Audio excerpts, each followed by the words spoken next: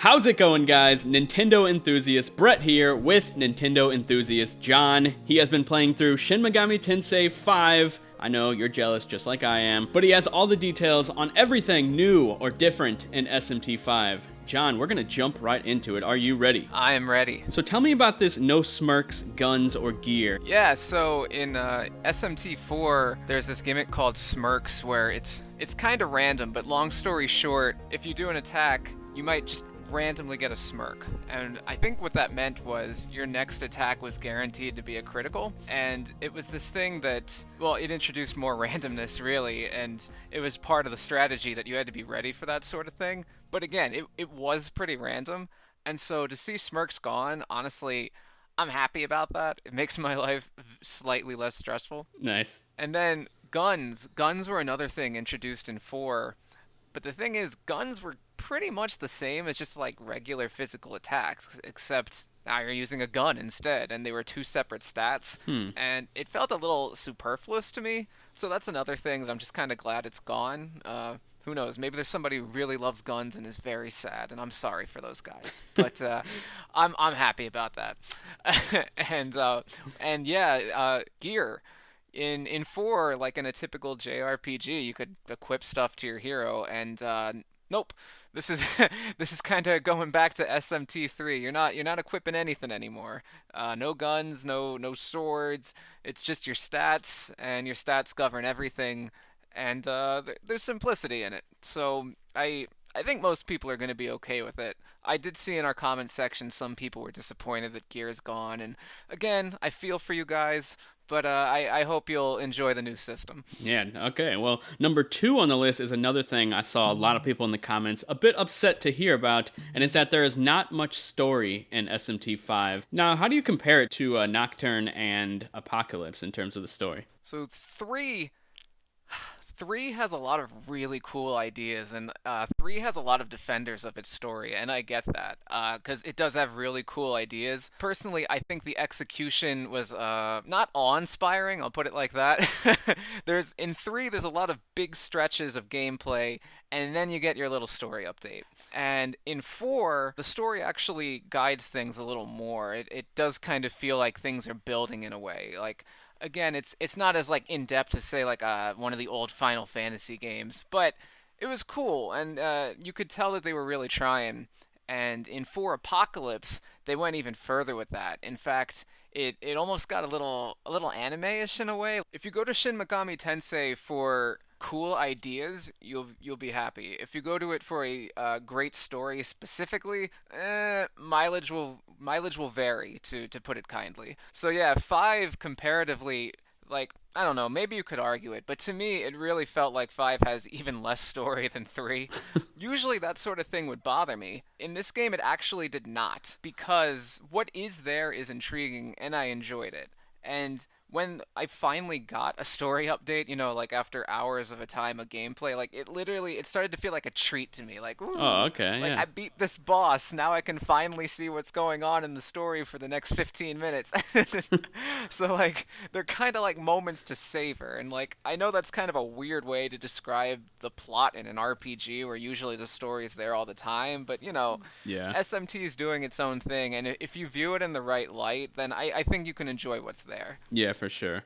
And the next thing on the topic list was there's no traditional dungeons like we saw in previous games. Explain that a little bit, and like what necessarily is replacing that, Right, so actually, technically, I would say that there are, like, 2-ish actual dungeons. Like, maybe 75% of the way into the game is the first, and then, like, the other one's at the end. The first one's actually really fun. I would say don't play that section handheld, because it actually is weirdly dark and difficult to see playing handheld.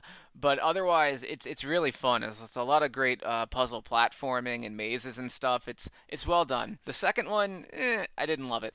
But the first one's great. And what's replacing it is just the world of Dot itself. So, like, you're going to be spending literally dozens of hours just walking around this world. Wait. So our number 4 topic was that there's more, like, exploration in this game. Like, that's a pretty big change for the series. So now we can dive into that a little bit. Yeah, absolutely.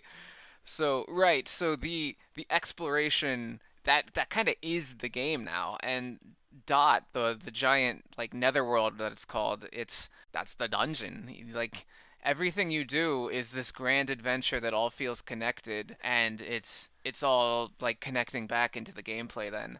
So with Dot, you have like these knocked over buildings all over the place. You have these broken bridges. You have sand dunes. You have like these, I don't even know how to describe it, but like sometimes you'll get into these low elevations and there's fog everywhere and it's kind of difficult to see. There's like a distinct visual identity to everything. But on top of that, beyond the aesthetics, it's just designed really cleverly. So if you look at your map, you can see that, like, there's this treasure over here, and it looks like I can walk there if I go this way, but I'm trying that and it's not working, so there must be another way there.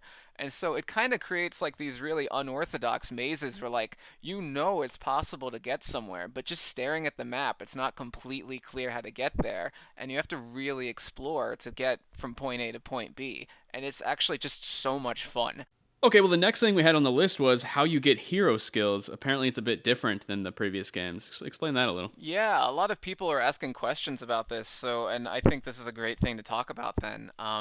So in Shin Megami Tensei V, the way the hero gets all his skills is through these things called demon essences. So it's kind of a special item where when you use this item, all of these skills that a particular demon would usually learn, you can teach them to Nahobino, your character. And a lot of people are also asking, well, are there limits on this? Like, there are special skills in these games where you can, if you equip this passive skill, then you can become, for instance, resistant to fire attacks or like maybe immune to physical attacks. And there's also passive skills called Pleromas, which make you more powerful at using sorts of skills like physical skills, ice skills, or whatever.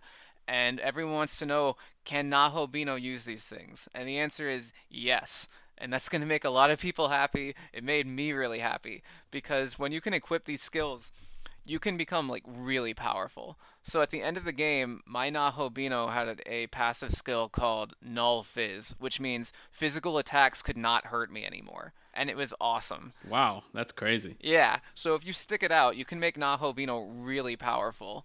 And that's exactly what people are hoping for. It's what I was hoping for. Wow, that sounds really cool. I can't wait to try that out. And number 6 on the list was there's no more mob fights. Explain that a little bit. So Shin Megami Tensei IV, like that game just kind of reveled in how hardcore it was.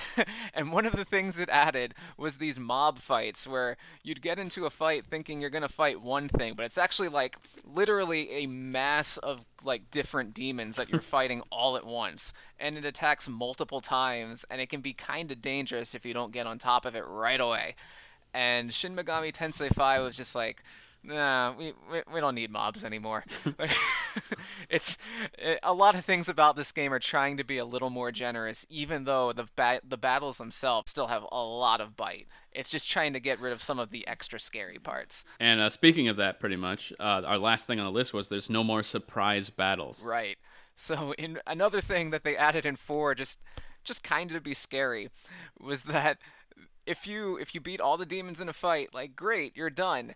Unless the game decides to just throw a whole new fight of demons at you. That was a thing that would Then you're happen. screwed. Well, you might not be screwed, but if you're like low on health, it can get scary fast. And that's another thing that SMT5 is just like, yeah, we don't need that anymore. So this is a game designed to scare people strictly with its regular battles, as opposed to like horrifying elements that it throws in out of nowhere. Yeah. Well, dude, sounds awesome. We wanted to make this video because a lot of people kept asking questions in the comments of our video review, and you were like replying to so many of them, so we figured, okay, let's just make another video, explain things a little bit. Totally. So yeah, I'm really excited to play through this game. I feel like I've already like played through the game because I've been like talking with you so much about it. Yeah, right. And like editing the videos on it and stuff. But yeah, I'm really excited. Be sure to go check out our full review and our impressions discussion. We go into some other things that we might not have in the review or in here. Yes, and on launch day, come back because we've got plenty of guides to help you get started on this game, especially if you're a beginner. Yes, written guides over on the Nintendo Enthusiast website. Yes. I will link all of that stuff down in the description below. Thanks a lot for watching. John, thanks for coming on. Thank you. If you enjoyed this video, hit that thumbs up. If you didn't, hit that thumbs down. We'll talk to you guys later. See ya. See you guys.